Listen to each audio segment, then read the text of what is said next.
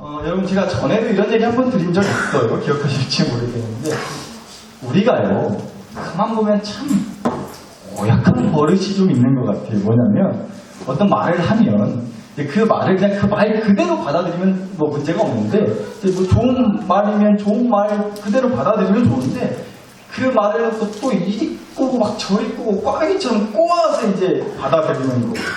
예를 들자면 이런 거죠. 여러분 오해하지 마시고 제가 하는 말을 그냥 말 그대로 있는 그대로 들어주시기 바랍니다. 여러분 엿드세요. 한번 저를 따라서 해주세요. 앞에 분, 옆에 분, 뒤에 분 바라보시면서 저를 따라서 이렇게 해보시는 겁니다. 혹시라도 기분 나빠하지 마세요. 제가 시켜서 한 거니까. 여튼간에 앞에, 옆에, 뒤에 분 보고 저를 따라서 이렇게 해주시기 바랍니다. 엿 먹으시오. 시작! 엿 먹으시오. 너무 그렇게 진심을 담아서 하지 마시고 누가 엿 먹으라고 막 그러지 마시고 그건 안 시켰어요. 네, 어떠셨어요? 얘기 들어보시니까. 아유, 부활절 오전에 이 기쁜 날, 아유, 나 먹을 거 챙겨주냐고, 고맙다고, 이렇게까지 생각해 주냐고, 막, 감동 충만이셨어요? 아니면, 요것 봐라?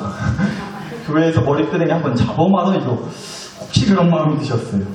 근데 여러분, 우리가 말만 놓고 보자면, 엿드세요. 말 그대로 보면, 나 먹을 거 챙겨주는 거잖아요. 고마운 얘기 아니냐고요. 나를 그만큼 생각해주는 마음이 있으니까 그런 얘기 하는 거 아니겠냐고요. 혼자만 안 먹고, 나도 먹을 거 챙겨주니까. 말만 놓고 보면 먹을 거 챙겨주니 좋은 얘기 아니거든요. 그런데, 말만 놓고 보면 그런 뜻이긴 한데, 들을 때 그런 뜻처럼 전혀 느껴지지 않는다는 게 이제 문제라는 거죠. 엿 먹으라고 하니까. 마찬가지 됐다는 생각이 좀 들었어요. 오늘 부활절이에요. 부활절. 무슨 날이에요? 네, 그렇죠. 저희 딸들한테도 어제 똑같이 한번 물어봤어요. 예원아, 예나야, 내일이 부활절이다, 부활절. 그랬더니요, 저희 딸들이 역시 목사 딸답게 은혜 충만하게 이렇게 얘기하더라고요. 아빠, 근데 내일 교회에서 계란 몇 개 줘? 나도 물어보거든요. 그렇죠. 부활절은 계란 먹는 날이죠. 사랑이 넘치는 나사렛 교회는 요구르트도 담아드립니다. 올해는 조금 더 큰 요구르트 담았대요. 조금 좋아하는 척이라도 해주시면 감사하겠습니다. 그래야 설교를 마저 할 수 있을 것 같아요. 여튼간요, 부활절. 우리가 당연히 계란 먹는 날 아니고, 우리 예수님께서 나를 위해 죽어주셨고, 다시 살아나신 날이잖아요. 기쁜 날이라고. 행복한 날이에요. 너무나도 뜻깊고, 너무나도 의미 있는 날이에요. 그런데 혹시라도, 이 부활이라는 말을 가지고도, 이리 꼬고 저리 꼬아서 생각하시는 분이 계실지 모르겠어요. 나 죽었는데 어떻게 다시 살아날 수 있다요? 죽었다면서. 아니, 죽었다며요. 어떻게 다시 살아날 수가 있냐. 부활은 말 그대로 다시 살아나셨다는 뜻인데, 죽었는데 어떻게 다시 살아날 수 있냐면, 물론 당연히 머리로는 얼른 이해가 되지 않는 얘기가 맞아요. 그럴 수 있는갑다 하고 고개를 끄덕일 만한 얘기가 전혀 아니에요. 그리고 심지어 이 부활 얘기하는 것 때문에 교회를 안 다니시는 분도 계세요. 요즘 같은 시대에 그런 말도 안 되는 걸 믿고 그런데 당연히 정신 좀 차리고 얼른 정신 차리고 그런데 빠져나오라고 그렇게 얘기할지도 모르겠어요. 그래서 사실 그런 얘기들이 저는 충분히 이해가 가요. 예수님이 죽었다가 다시 살아나셨단다. 이 말이 사실 진짜 믿기 어려운 얘기인 게 맞다고. 더군다나 더 이 얘기를 믿기가 조금 더 시기한 게 뭐냐면 여러분 예수님이 십자가에 달려 죽으시고 나서 며칠 만에 부활하셨다고요? 죽고 나서 며칠 만에요? 그렇죠. 3일째 되는 날 부활하셨다고 나와요. 오늘 주신 말씀이 21절 다시 봐도요. 21절 우리는 이 사람 예수님 말하는 거예요. 예수님이 이스라엘을 속량 구원해 주시고 이스라엘을 건전해 주실 분이라고 바랬노라. 그런데 이뿐 아니라 이 일이 그러니까 예수님이 십자가에 달려 죽으신 그 일이 일어난 지가 며칠째요? 사흘째요라고 해요. 말씀에서 이 일이 일어난 지가 사흘째라고 했어요. 예수님이 십자가에서 죽으시는 날부터 해서 하루, 이틀, 사흘 그러니까 3일째 되는 날이었다는 거예요. 여러분 간혹가다가요 숨을 거뒀는데 지금도 간혹가다 그런 뉴스가 있어요. 분명 죽었는데 숨을 거뒀는데 몇 시간 안에 다시 숨이 돌아와서 살아났다고 하는 뉴스가 간간히 나와요.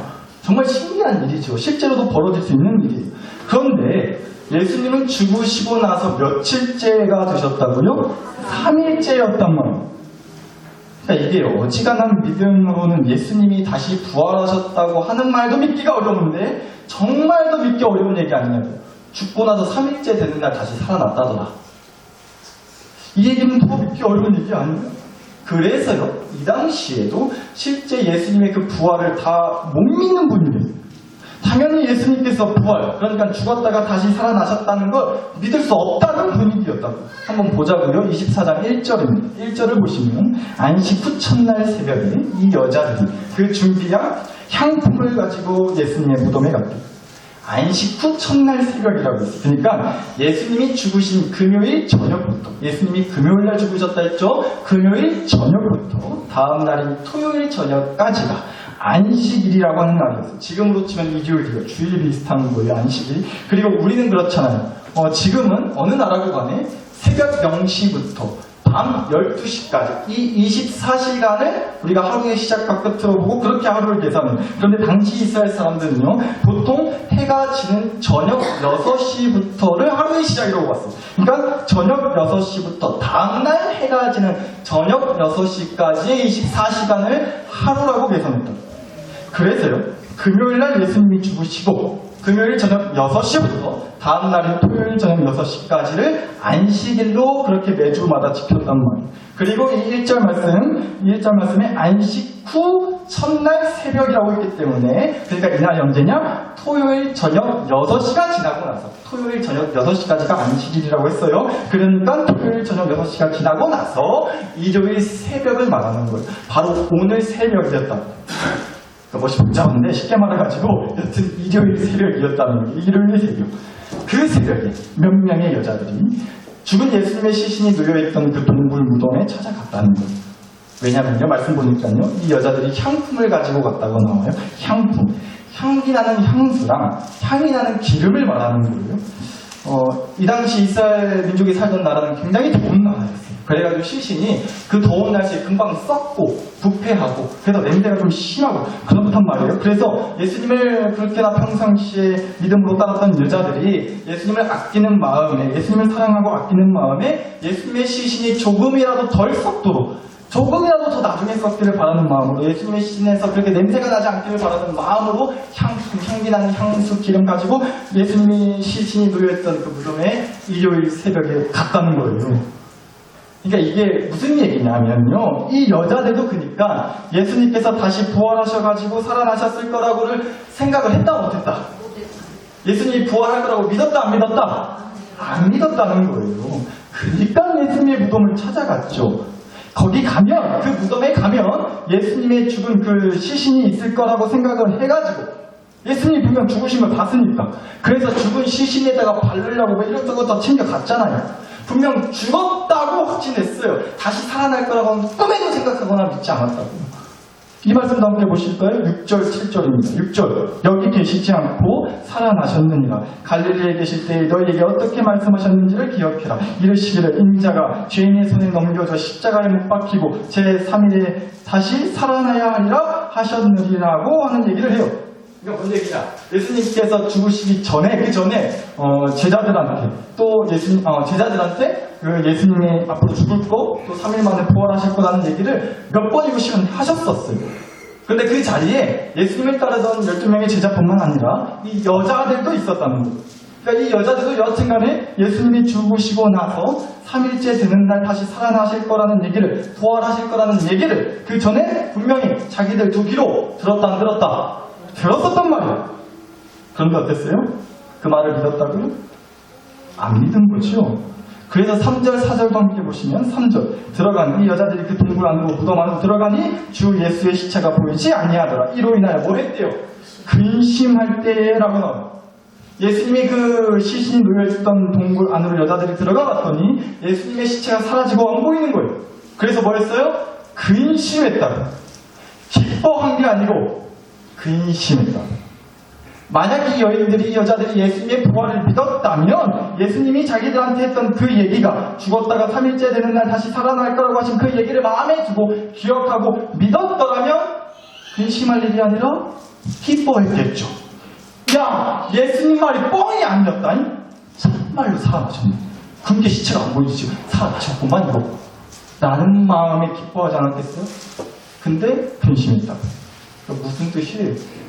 예수님이 부활했다고는 전혀 생각하지 못한 거예요. 예수님의 시신이 도둑 맞았거나 뭐가 잘못됐다고 문제가 그 정도 생각에 걱정하고 근심한 거라고. 여튼 예수님이 다시 살아나셨다고 부활하셨다고는 전혀 생각하지 못했어요.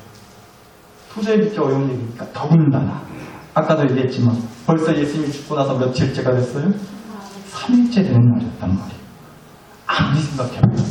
죽었다가 3일 정도 됐으면 다시 살아날 가능성이 거의 아니 아예 없다고 생각할 수밖에 없잖아요. 그러지 않았군요. 그리고 나서요, 이 여자들이 푸르게 예수님의 제자들 그리고 예수님을 따랐던 사람들이 함께 모여있던 곳에 왔어요. 그리고 얘기해줘요. 예수님이 다시 살아나셨다고. 그런데 역시나 예수님의 제자들도 또 함께 했던 다른 사람들도요, 예수님의 그 부활을 쉽사리 믿지 못했어요. 믿을 수 없었어요. 9절 10절을 보시면 9절입니다. 무덤에서 돌아가 이 모든 것을 열한 사도와 다른 모든 이에게 여자들이 알렸어요. 그랬더니 사도들은 제자들이요 그들의 말이 허탄한 듯이 들려 믿었다 믿지 아니했다 믿지 아니했다고 나옵니다. 믿지 않았다잖아요. 그래서 오늘 주신 말씀인 21절을 함께 다시 보시면 21절 우리는 이 사람 예수님이 이스라엘을 통령할 자라고 바랬노라. 그런데 이뿐 아니라 이 일이 예수님이 죽으신 그 일이 일어난 지가 사흘째 3일째 되는 날이라고 오늘 예수님의 제자들이랑 또 예수님을 따랐던 많은 사람들이 함께 모여 있었다고 했잖아요. 그리고 예수님이 부활했다는 사실을 알게 된 여자들이 그 제자들 또 예수님을 따랐던 많은 사람들에게 찾아가서 말해줬어요. 그리고 나서 그 사람들 중에 그 얘기를 전해들은 여자들로부터 그 얘기를 전해들은 사람들 중에 두 사람이 나와가지고요 엠마오라는 데를 가고 있었어요. 그런데 부활하신 예수님이 그 두 사람한테 나타나셨어요. 짠 하고 나타나 주셨는데 예수님이 서프라이즈로 나중에 놀래켜 주시려고 일단은 예수님께서 본인인 걸 예수님 본인이라는 걸 티내지 않으시고 못 알아보시게 하시고 나서 이 두 사람한테 막 말을 여셨단 말이에요. 그러면서 얘기한 게 이 얘기예요. 이 두 사람 그 부활하신 예수님인 줄도 모르고 예수님한테. 근데 유달리 그 얘기 중에 유달리 이 사람들이 사흘째라는 얘기를 했어요. 아니 예수님이 죽은 지 3일이나 됐수다. 3일이나 됐어요 벌써 라는 얘기를 꼭 집어했단 말이에요. 이 사람. 그러니까 무슨 뜻이겠어요? 이 두 사람 마음에 어떤 생각이 있었다는 거예요? 이런 거죠. 여자들한테 앞서 예수님의 부활 소식을 들었다고 했잖아요. 이 사람들. 그런데 이 두 사람은요 아무리 생각해도 그게 말이 안 된다는 거예요. 말이 안 된다고 느낀 거예요. 왜냐하면 3일이나 됐어요. 3일째라고. 아니 죽었는데 다시 살아났다고 해도 믿을 모양 말랑한 말도 안 되는 얘기인데 벌써 3일이나 됐다. 3일째나 됐는데 어떻게 다시 살아난다냐? 아니 그게 말도 안 되는 소리라고요. 여자들이 예수님 죽음에 너무 충격을 받아가지고 너무 슬픈 마음에 드디어 정신이 어떻게 헷갈았나 보다. 뭘 잘못 봐도 헛것을 한참 잘못 바꿨지 무슨 이라는 마음에 한 얘기 아니냐면 네, 여러분 이 3일이에요. 3일. 예수님이 죽으시고 3일째 되는 날. 3일째 되는 날 부활하셨다. 저는 이번 부활절 설교를 준비하면서 유독 이 3일이라는 단어가 이 말이 그렇게 꽂히더라고요. 그렇게 제 마음에 들어오는 거예요. 한번 보세요. 가뜩이나 부활이라는 얘기가 믿기도 어려운데 더군다나 3일째 부활하셨다고 하니까 그러면 누가 믿겠냐. 말씀 보셨지만 하나같이 다 안 믿었잖아요. 다 믿을 수 없는 일이었던 거예요. 그리고 그렇게 믿지 못했던 강력한 이유 중에 하나는 거듭 말씀드리지만 3일이나 됐기 때문에 그래요. 예수님이 죽으신 지 3일이나 됐으니 더 믿을 수 없는 거죠. 그러니까 이쯤 되니까 예수님한테 좀 감히 따지게 되더라니까요. 제가 아니 예수님 왜 이렇게 오래 걸리셨어요? 부활하는 게 죽었다가 후딱 바로 살아나셨으면 그러면 좀 사람들이 믿지 않았군요. 가뜩이나 믿기 어려운 얘기인데 죽었다가 다시 살아난다는 얘기가 그것도 3일씩이나 걸렸으니 사람들이 더 안 믿는 거 아니냐고. 어째 이 처리를 그렇게 하시냐고. 시간 싸움인 건데 타이밍이 중요한 건데 아실 만한 분이 어째 그러셨냐고. 감히 그렇게 따지고 싶은 마음까지 들더라고요. 이단 아니에요? 툭하면 설교 시간에 하나님 있으면 따진다고 했어가지고 뭘 하실지 모르겠는데 정말 그렇게 솔직히 따져볼만 하겠다니까요. 그럼 도대체 여러분 예수님은 왜 3일 있다가 부활하신 걸까요? 죽으시고 3일째 되는 날 왜 부활하셨겠어요? 아니 십자가에서 분명 죽으셨잖아. 우리 예수님이 그거 하러 이 땅에 오셨다니까. 근데 나를 대신해서 십자가에서 죽어주시려고 그 일을 하려고 오신 거예요. 그러니까 뭐예요? 홀짝 가보신 거예요. 할 거 다 하셨다고요. 그럼 뭐하러 시간 재고 막 며칠 지나서 부활하시냐고. 그럴 필요가 뭐가 있어. 그냥 바로 부활하시면 되죠. 근데 3일 있다가 부활하셨다니까. 대체 왜 그러신 걸까요? 당시 이해가 안 가더라고요. 그래서 또 정말 진지하게 고민하고 연구하고 기도해봤어요. 찾아봤어요. 그랬더니 역시 우리 예수님께서 깨달음을 주셨습니다. 왜 3일 있다 부활을 하셨냐? 왜 하필 3일이었을까? 여러분 정답은 이거예요. 역시나 네 글자. 모르겠다. 모르겠어요. 어쨌든 3일 만에 부활을 하신 건지 그 이유가 성경에 안 나오니까 뭐 알 수가 없는 거죠. 그런데 여러분 지금부터 하는 얘기가 중요해요. 그러나 우리가 그럼에도 분명히 알 수 있는 사실이 하나 있어요. 예수님 왜 3일 만에 부활하셨는지 모르겠어요. 그런데요, 예수님이 부활을 하셨다는 거예요. 아멘. 예수님이 부활을 하셨다. 부활절을 맞아서 이제 여기 앞에 현수막에다가 대문짝만하게 써놨어요. 뭐라고요? 부활의 소망. 부활의 소망. 근데 매년 올해도 어김없이 돌아온 이 부활절. 또 부활이 어쩌고 저쩌고 하는 얘기 듣고 계신데 질문이에요. 진짜 예수님의 부활이 여러분에게 소망이 됐습니다. 막 부활이라는 글자만 들어도 막 기쁘고 막 마음이 쏠려있어요. 어젯밤에 교회 가서 계란 먹을 생각에 잠 못 자고 그러지 않으셨어요? 저희 딸이 갖고 노는 장난감통이 있어요. 지금 아끼는 거 막 모아놓는 장난감통이 있는데 그 장난감통에 마치 이런 게 있더라고요. 잠깐만요. 띠용. 뭔지 아시겠어요? 띠용. 네. 무달 튀어나오는 안경 별게 다 있더라고요. 이런 게 있더라고요. 여러분, 부활이라는 말만 들어도 막 소망이 샘솟아가지고 내 영혼에도, 내 인생에도, 우리 가정에도 앞으로 소망이 있다고. 그래서 이렇게 눈알이 튀어나올 정도로 막 기쁘고 설레시잖아요. 그러세요? 뵈니까 한 번도 눈알이 튀어나오신 분 저 말고는 없네요. 계속 쓰고 설교할까요? 여러분, 우리가 그래요 정말? 부활이라는 말이 그러냐고. 여러분, 제가 생각해보니까 부활이 정말 우리에게 소망이 되려면요, 부활이라는 말에 막 기쁘고 설레고 소망이 되려면요, 다른 거 없어요. 부활이 당장 이루어져야 소망입니다. 당장! 지금 당장 내 삶의 부활이, 그 부활의 은혜가, 부활의 역사가 있어야 펼쳐져야, 그래야 힘이 난다. 그래야 은혜가 된다 할 것 같지 않습니까? 지금 당장 3일 있다 말고, 나중 가서 말고, 지금 당장 내 삶, 내 영혼에, 우리 가정에 그 부활의 은혜를 보여주시라고. 그래야 부활의 소망이라고. 그러지 않으시겠어요? 나 요새 힘들어 죽겠으니까, 우리 지금 난리도 아니니까, 요새 우리 새끼들 문제 장난 아니니까 이거 싹 다 바로잡아 주시고 다시 일으켜 세워주시고 부활시켜 주시라고. 지금 당장. 그래야 은혜가 돼도 되겠고 부활을 떠올릴 때 소망이라고 얘기할 수 있겠다. 혹시 그러지 않으시나요? 그런데 여러분, 우리가 꼭 기억하라는 겁니다. 말씀도 보셨지만 부활은 당장 이루어지지 않습니다. 시간이 걸렸어요. 기어코 뜸을 들이셨어요. 그래서 우리는 부활이라는 말에 설레지 않는 거예요. 그렇게까지 이제 감동 안 해요. 그렇죠? 소망이라는 데만 생겨요. 내 영혼도, 내 인생도, 우리 가정도 예수님이 부활하신 것처럼 뭔가 다시 바로 잡아주시고 새롭게 뭔가 시작되고 생명 있고 활기가 넘치고 그럴 거라는 기대. 부활절날 계란 주면 계란이나 까먹는 것이 무슨 부활절이 뭐 그렇게 대단한 뭔가 놀라운 반전의 역사가 있습니다. 하나 그런 부활의 소망 느껴지지 않아요, 솔직히. 왜요? 부활은 늘 그렇게 내게 당장 이루어지지는 않았습니다. 그런데 여러분, 그럼에도 부활이 소망이라고 고백하는 사람들이 있어요. 어떤 사람이냐면요, 예수님이 죽으시고 3일 있다가, 근데 질문, 여러분, 그 시간표대로 되시더라는 거예요. 오히려 그 시간표대로 안 돼서 퍽퍽해 죽겠고 승진 하는 거 아닙니까? 그런데 우리가 평생을 그렇게 살아요. 바로 원해서 정해놓은 시간표대로 딱딱 됐으면 좋겠는데, 그래서 그 시간표에 목매고 사는데 한 번도 그 시간표대로 되는 게 없어요. 그래서 행복하지 않는 거예요. 절대로 내가 정한 시간표대로 되지가 않으니까. 그런데 여러분, 부활도 마찬가지예요. 하나님, 이쯤 했으면 부활시켜 주셔야죠. 이쯤 믿었고, 이쯤 기도했고, 이쯤 예배 드렸으면 이제 살려주셔야죠.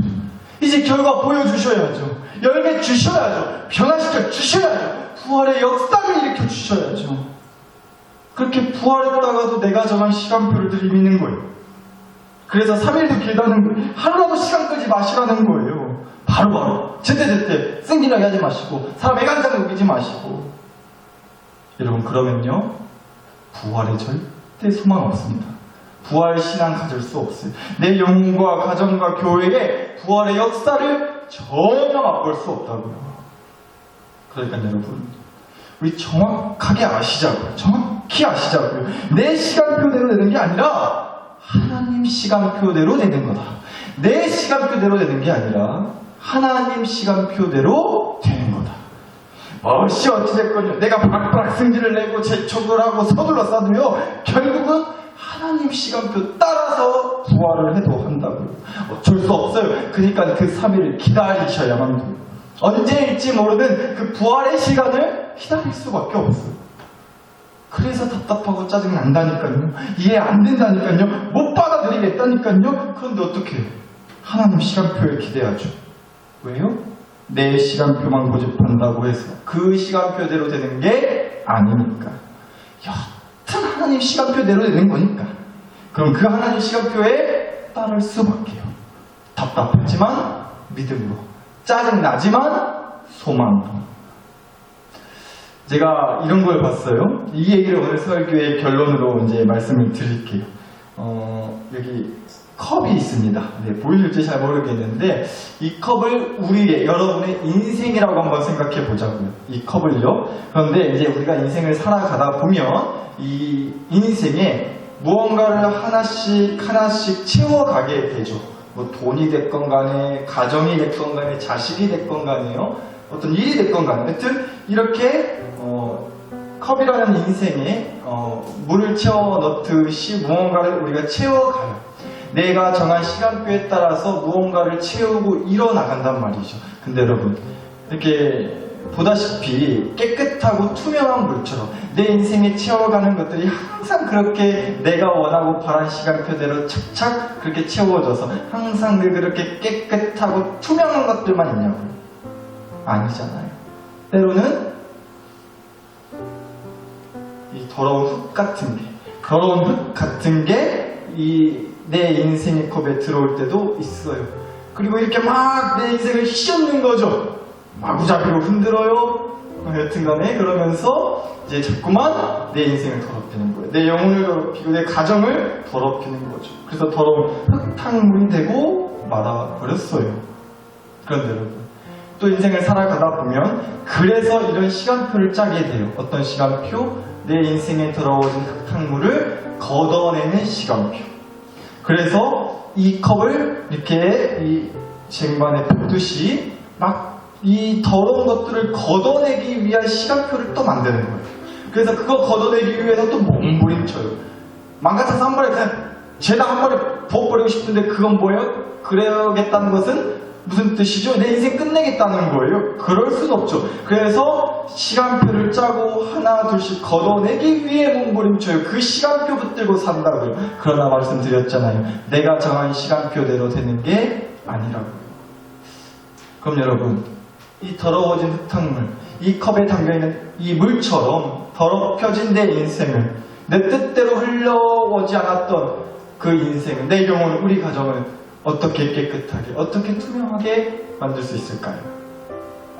아까처럼, 방금처럼 걷어내고 이제 이렇게 조금씩이라도 쏟아붓는 시간표에 따라서 그렇게 한다고 이 더러워진 흙탕물이 깨끗해져요? 보이세요? 뒤에 계신 분들은 안 보실 것 같아 죄송한데 아니에요. 여전히 아무리 조금씩 시간표에 따라서 이것을 걷어내고 들이붓는다 할지라도 이 흙탕물은 여전히 흙탕물이에요. 깨끗해지거나 원래대로 투명해질 수가 없단 말이에요. 그럼 어떻게 해야 되겠어요? 조금이라도 더 깨끗해지는 깨끗한 물이 되게 하기 위해서는 어떤 방법이 있을까요? 필 수 없죠. 물을 채워 넣어야 되는 거예요. 조금씩이라도 시간표에 맞춰서 한 번, 두 번, 세 번 그러다 넘칠지라도 계속해서 들이붓는 거예요. 그래야 조금이라도 더 깨끗해질 수 있으니까, 조금이라도 더 원래대로 돌아갈 수가 있으니까. 마찬가지라고요.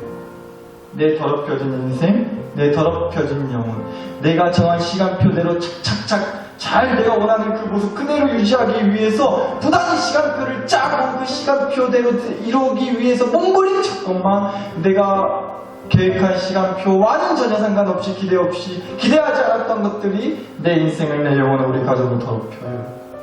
근데 그거 바로잡기 위한 시간표 또 만들고 그 시간표대로 하기 위해서 몸부림치고 해봤자 그게 다시 돌아오냐고요. 그래서 말씀드리는 거예요. 인생을 살다 보면 모든 시간표가 더러운 것들, 마음에 안 드는 것들, 상처, 걱정, 눈물 그거 걷어내기 위한 시간표 짜는데 또 시간 뺏기게 돼요. 그러니까 결국 내 시간표는 크게 말하면, 모든 시간표의 종류를 크게 말하자면 무언가를 걷어내기 위한 시간표들인 거예요. 그런데 기억하시라고요. 우리 하나님의 시간표는 채워 넣기 위한 시간표예요. 부활의 생수를, 생명의 생수를, 구원받고 건짐받고 거듭나고 변화되는 생수를, 온통 부활의 은혜를 채워 넣기 위한 시간표라고요. 우리가 그 하나님의 시간표에 기댈 수 있었으면 좋겠어요. 그러면 분명 우리의 삶 가운데 부활의 소망이, 부활의 역사가 펼쳐질 줄 믿습니다. 나사로 교회는요, 바로 그 부활의 시간표를 주는 교회라고 믿어요. 그러니까 오늘 받아가세요. 부활의 시간표. 여러분 시간표에 목 매달리면서 무언가를 걷어내기 위한 시간표 짜고 그것 때문에 몸부림치지 마시고 부활의 시간표를 채워놓고 가실 수 있기를 간절히 축복합니다. 우리 시간 그 축복을 소망하면서 기대하면서 주신 말씀과 은혜를 가지고 여러분 자신과 가정과 교회를 위해 우리 마음과 함께 간절히 기도 올려드리겠습니다. 함께 기도하시겠습니다. 하나님 아버지,